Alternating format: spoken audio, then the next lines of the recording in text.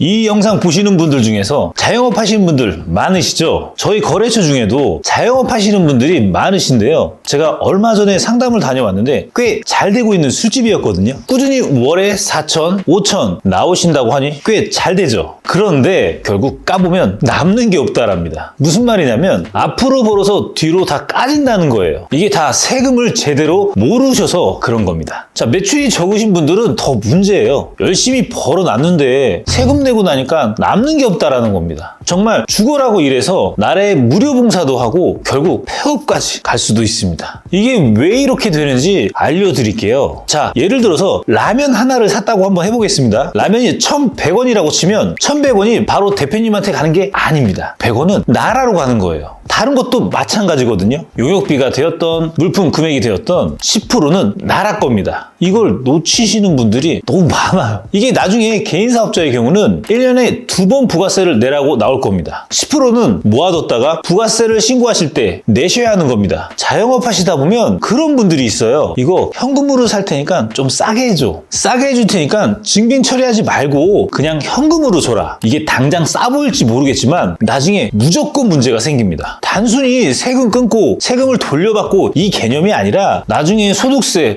나아가서 법인세 낼 때 경비 지출이 연동이 안 됩니다. 이렇게 되면 부가세 말고 다른 세금이 쌓일 수가 있습니다. 그래서 오늘은 자영업자분들이 어떻게 세금 폭탄을 피할 수 있는지를 알아보도록 하겠습니다.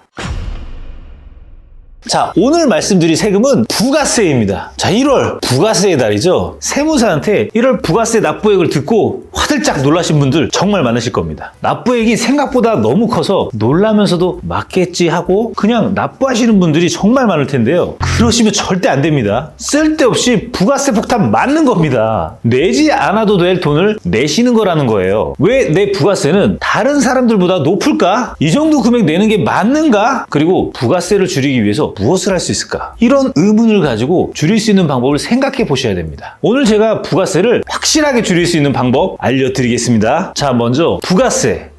부가가치세는 무엇일까요? 부가가치세는 매출에서 허용된 경비를 뺀 차액에 대해 부과되는 세금입니다. 쉽게 말해서 내가 번 돈에서 쓴 돈을 제외하고 남은 금액의 10%를 세금으로 내는 것이죠. 예를 한번 들어보겠습니다. 월 임대료가 300만 원이라고 해보겠습니다. 그럼 부가세는 얼마일까요? 부가세는 10%, 즉 30만 원이 되는 겁니다. 간단해 보이죠? 하지만 사업 운영 방식에 따라서 부가세 금액이 크게 달라질 수가 있습니다. 여기서 우리는 왜 같은 매출인데 내가 부가세는 더 높을까? 라는 의문을 가지셔야 됩니다. 부가세는 단순히 매출에 대한 세금이 아니라 사업에서 얼마나 효율적으로 지출 관리와 기록을 하느냐에 따라 크게 달라질 수 있기 때문입니다. 따라서 부가세의 구조를 제대로 이해하고 이를 적극적으로 활용하면 불필요한 세금을 줄일 수 있는 기회가 열립니다. 매출이 비슷한 사업체가 있다고 한번 해보겠습니다. 자, 매출이 비슷하면 부가세도 비슷해야 되지만 그렇지 않습니다. 사업 운영의 구조적인 차이에 따라서 부가세는 달라질 수가 있는데요. 그럼 이런 차이는 왜 생기는 걸까요? 제가 지금부터 몇 가지 주요 요인을 설명해 드리겠습니다. 지금부터 중요하니까 잘 들어주셔야 됩니다. 지금부터 사업을 운영하고 계신 대표님이라면 꼭 알아야 될 부가가치세 공제에 대해서 한번 알아보겠습니다. 자, 먼저 부가세 공제를 받으려면 기본적으로 세금계산서, 신용카드, 체크카드, 사업자용 현금영수증 중 하나를 사용하셔야 됩니다. 혹시 간이영수증을 받으시고 부가세 공제를 받으시려는 분 계신가요? 절대로 안 됩니다. 세금계산서, 신용카드, 사업자용 현금영수증이 이 세 가지 중 하나의 증빙자료로 받아야 부가세 공제를 받을 수가 있습니다. 이 점 꼭 기억하셔야 됩니다. 자, 이제 본격적으로 부가세를 공제받지 못하는 4가지 주요 경우를 설명해 드릴게요. 자, 첫 번째, 사업과 무관한 사용입니다. 사업과 관련이 없는 지출은 부가세를 공제받을 수가 없어요. 예를 들어서 한번 얘기해 드릴게요. TV를 하나 구매했다고 해보겠습니다. 이 TV가 사업장에 설치가 돼서 고객들에게 보여지려는 용도라면 공제가 가능하겠죠. 그런데 집에서 사용할 TV라면 어떨까요? 그렇죠. 당연히 공제를 받을 수가 없습니다. 그럼 여기서 포인트가 무엇일까요? 바로 사업과 연관성이 있느냐 없느냐, 가장 중요한 포인트입니다. 자, 바로 두 번째 가보겠습니다. 두 번째는 상대방의 사업자 유형입니다. 상대방이 간이과세자, 면세사업자 또는 비영리 법인인 경우에는 공제가 안 됩니다. 특히 간이과세자의 경우 간혹 세금계산서를 발급할 수 있는 경우도 있는데요. 이럴 때는 공제가 가능하지만 일반적으로는 불가능하다고 보시면 됩니다. 간이과세자는 소규모 사업장에 해당되므로 법적으로 세금계산서를 발행할 의무가 없습니다. 따라서 부가세 공제를 위해 위해서는 상대방의 사업자의 과세 유형을 반드시 확인하셔야 됩니다. 그래서 저는 저희 거래처 대표님에게는 이 세 가지 유형에 속하는 거래처와는 가급적이면 거래를 좀 하지 않으시는 게 좋다고 말씀드리거든요. 하지만 그럼에도 간이과세자와 거래할 일이 생겼을 때 주의할 점이 무엇일까요? 먼저 간이과세자는 부가가치세 신고 및 납부가 간소화된 사업자로 부가세율이 낮아지거나 면세로 처리가 될 가능성이 높습니다. 간이과세자가 발행한 영수증이나 간이 영수증은 증빙자료로 인정되지 않으므로 사업용으로 사용하더라도 부가세 공제를 받을 수가 없습니다. 다만 간이과세자 중 일부는 세금계산서 발행이 가능한 경우가 있습니다. 이런 경우 세금계산서를 반드시 요청하시고 거래 내역을 명확히 기록해 두셔야 됩니다. 또한 면세사업자와의 거래도 부가세 공제에서 제외됩니다. 면세사업자는 특정 업종이나 상품에 대해서 부가세를 부과하지 않는 사업자로 대표적으로 농수산물, 의료서비스, 학원 등이 포함이 되겠죠. 면세사업자와 거래 시 세금계산서 발급이 이루어지지 않으므로 부가세 공제를 기대하기가 어렵습니다. 그럼 비영리법인과 거래를 할 때는 어떤 것을 주의해야 될까요? 비영리법인은 주로 공익 목적으로 운영이 되므로 법적으로 부가가치세 납부 의무에서 면제가 됩니다. 따라서 비영리법인과의 거래는 부가세 공제가 불가능합니다.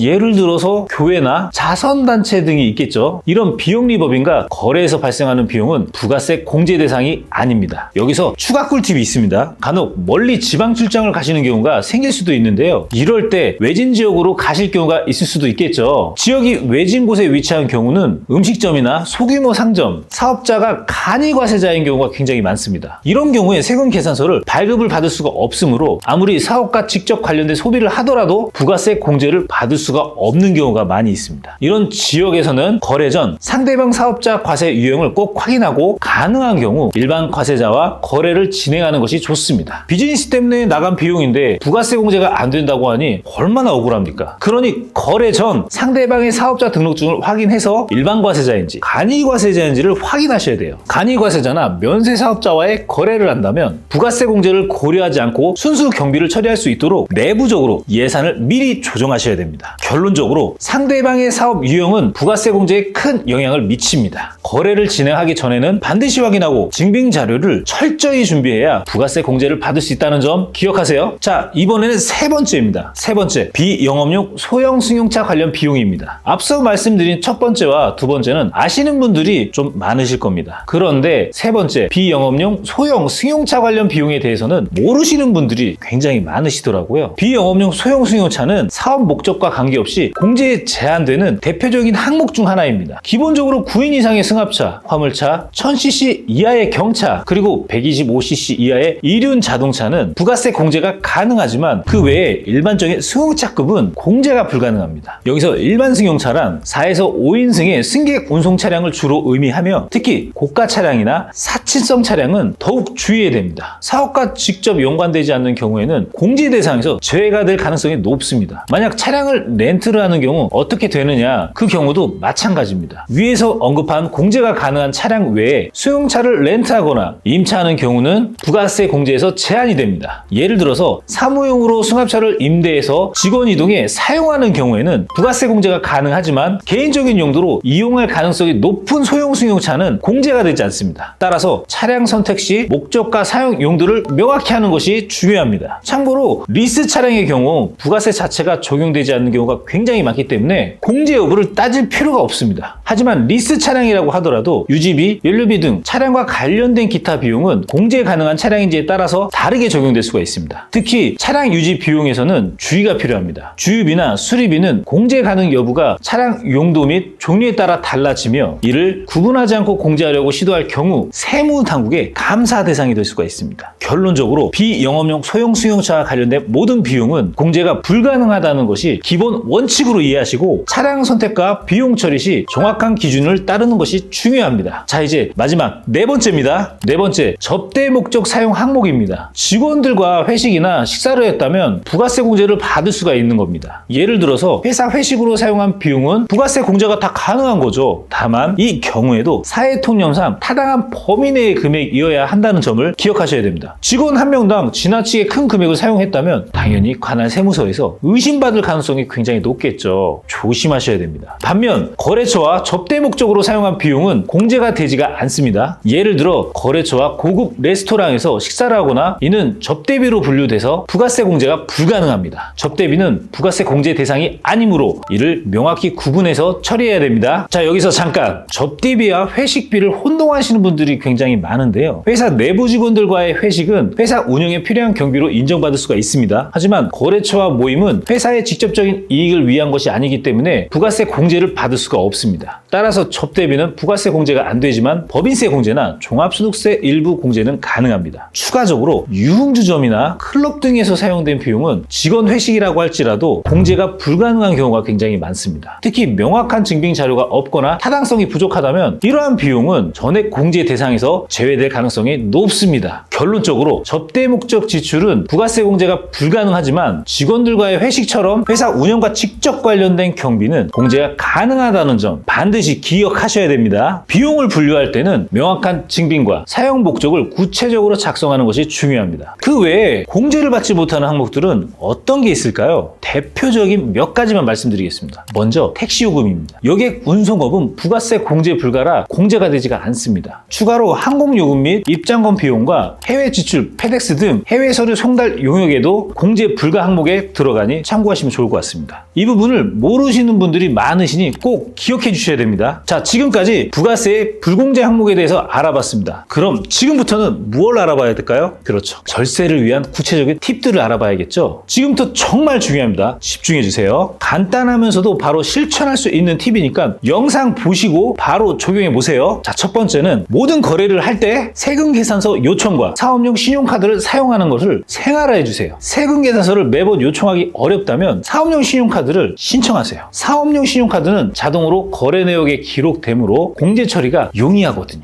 특히 정기적으로 발생하는 지출 항목, 예를 들어 사무실 임대료, 공과금 같은 항목들은 자동이체로 설정해 두시면 영수증 관리에서 번거로움을 줄일 수가 있습니다. 두 번째, 사업용 카드를 홈택스에 등록해 주세요. 사업용 카드를 사용 중이라면 반드시 홈택스에 등록을 해야 홈택스에 등록된 카드만이 경비로 인정이 되고 이를 통해서 부가세 공제 혜택을 받을 수가 있습니다. 새로 받은 카드는 빠르게 회계 담당자에게 알리거나 직접 홈택스를 통해서 등록하셔야 됩니다. 등록하는 방법도 쉽기 때문에 유튜브에 몇 번 검색만 해보면 정말 자세히 나와 있거든요. 등록을 누락하면 공제받지 못하는 경우가 발생될 수가 있으니까 꼭 등록하셔야 됩니다. 세 번째, 누락된 영수증을 처리해 주세요. 중요한 지출이 영수증을 놓쳤다면 즉시 거래처에 연락해서 세금 계산서를 요청하거나 상세 내역서를 받아보세요. 초보 사업자들은 종종 영수증 누락 문제를 겪는데 이를 방지하려면 월말 정산 시스템을 도입해서 거래 내역을 정리하는 것이 좋습니다. 또한 회계사와 협력을 하면 누락된 부분을 체계적으로 처리할 수가 있으니 참고하시면 좋을 것 같습니다. 자, 이제 네 번째입니다. 이 부분에서 놓치는 대표님들이 많으시니 집중해 주셔야 됩니다. 이 네 번째는 온라인 결제하실 때 반드시 사업자 전용 카드로 활용을 해 주셔야 됩니다. 네이버페이, 카카오페이 필요한 물품 구매를 하시거나 용역 비용 지불하시는 분들이 많으시죠? 이런 간편결제 서비스를 사용하실 때 사업자 전용 카드를 활용해 주셔야 됩니다. 간편결제 서비스가 워낙 간편하다 보니까 거래 내역이 불명확하게 기록되는 경우 경비로 인정되지 않을 가능성이 큽니다. 사적 지출과 사업 지출을 철저히 구분하는 습관을 들이는 것이 중요합니다. 이제 가장 중요한 다섯 번째입니다. 바로 세무사와의 소통입니다. 세무사 사무실에 의뢰하시는 분들 많으시죠? 여러분, 일반적인 세무사 사무실이 몇 개의 거래처를 맡고 있을까요? 편차는 있겠지만 일반적으로 세무사 사무실 한번 생각해 보자면, 자, 세무사 한 명, 실장님 한 명, 그리고 과장님, 대리님들 이런 구성으로 좀 돼 있거든요. 그러면 이런 세무사 사무실은 한 100개 이상 맡고 있을 가능성이 굉장히 많습니다. 그럼 100개의 거래처를 일일이 다 신경 써줄 수가 있을까요? 기장료 10만 원 내고 15만 원 내는데 우리만 위해서 할까요? 아무래도 어렵겠죠. 따라서 정확한 자료를 제공하고 누락된 영수증이나 추가 내역이 있다면 신속하게 공유하셔야 됩니다. 주기적이고 면밀한 소통만이 세무 처리를 원활하게 만들고 절세 효과를 극대화시킬 수가 있습니다. 장기적으로 세무사와 미팅을 통해서 회계 관리 상태에 대해서 점검받는 것도 추천드립니다. 자, 오늘은 부가세의 달을 맞이해서 부가세를 완벽하게 파헤치기 위해서 영상을 준비해봤습니다. 영상을 보시는 모든 분들께서는 많은 도움이 되셨기를 바라겠습니다. 추가적으로 궁금한 분들이 있으시면 댓글을 남겨주시고요. 제가 여러분의 고민을 도와드리도록 할게요. 저는 다음 영상에서 더 알차고 유익한 정보로 찾아뵙도록 하겠습니다. 그럼 지금까지 대표님의 경제적 자유를 이뤄드리는 머니해결사의 정 대표였습니다. 감사합니다. 안녕! 이번 영상을 만든 PD가 추천하는 영상도 보고 가세요. 머니 해결사의 다른 영상도 즐기시려면 구독 버튼을 꼭 눌러주세요. 이번 영상을 만든 PD가 추천하는 영상도 보고 가세요. 머니 해결사의 다른 영상도 즐기시려면 구독 버튼을 꼭 눌러주세요.